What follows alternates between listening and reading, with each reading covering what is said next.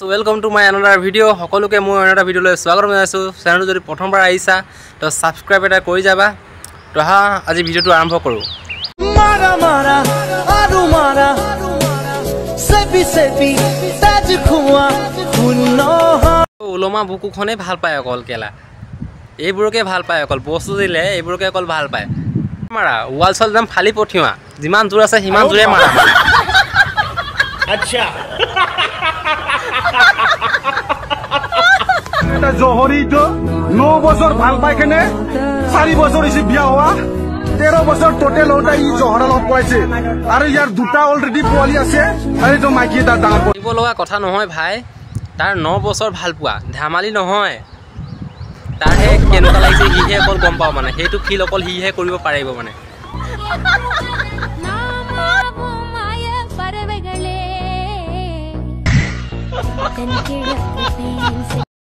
তো এজনে কমেন্টত ৰিপ্লাই দিব দি আছো তো ৰিপ্লাইটো শুনক তোমাৰ পকৰটো কলা না বগা হেতু আৰু খুদিব লগা কথা না গাইছ পকৰটো সবৰৰ পকৰটো কলাই থাকে জন্ম হওঁতে অলপ বগা থাকিব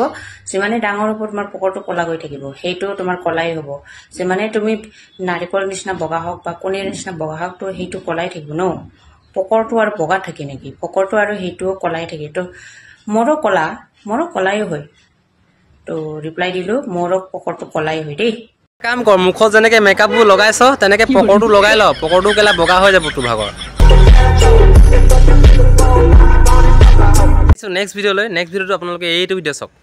সি কৈছে অৰুণাদয় দিম মোক আগত টিখান চেলকি বাঢ়িব লাগিব তাৰপিছতহে মই অৰুণাদয় দিম সি কৈছে অৰুণাদয় দিম মোক আগত টিখান চেলকি বাঢ়িব লাগিব তাৰপিছতহে মই অৰুণাদয় দিম অৰুণাদয় পিছত মানে মই একদিন খিলাবাৰীত যাই আছিলো যাওঁতে পূজ্যবোৰক মই ইয়াৰ ৰাস্তাতে লগ পাওঁতে সুধিলো খুৰা একে অৰুণাদয় গিলা কি হল তোমাৰ আগতে মালিকক মিটিঙত যাবা দিবিচোন তাৰপিছত অৰুণাদয় দি আছো বুলি নাজানো সি কি কয় নাজানো মই সিগিলা ইমান নাজানো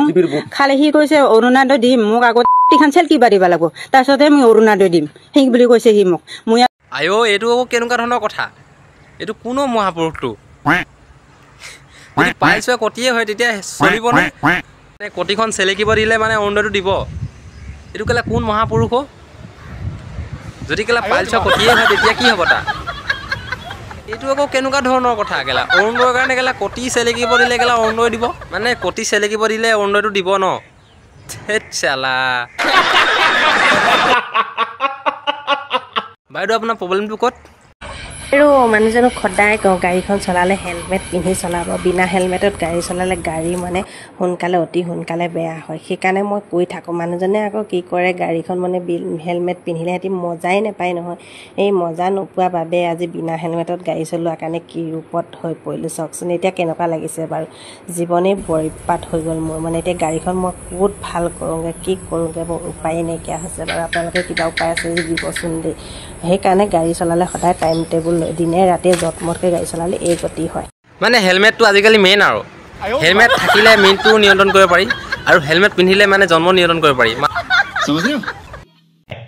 আচ্ছা তো সকলোৱে ছাপোৰ্ট কৰা আৰু ভিডিঅ' আহি থাকিব তোমালোকৰ ছাপোৰ্ট আৰু মৰম আশীৰ্বাদ যদি পাওঁ বেছিকৈ তো যদি ভিডিঅ'টো ভাল লাগে লাইক কৰি দিবা ছাবস্ক্ৰাইব কৰি দিবা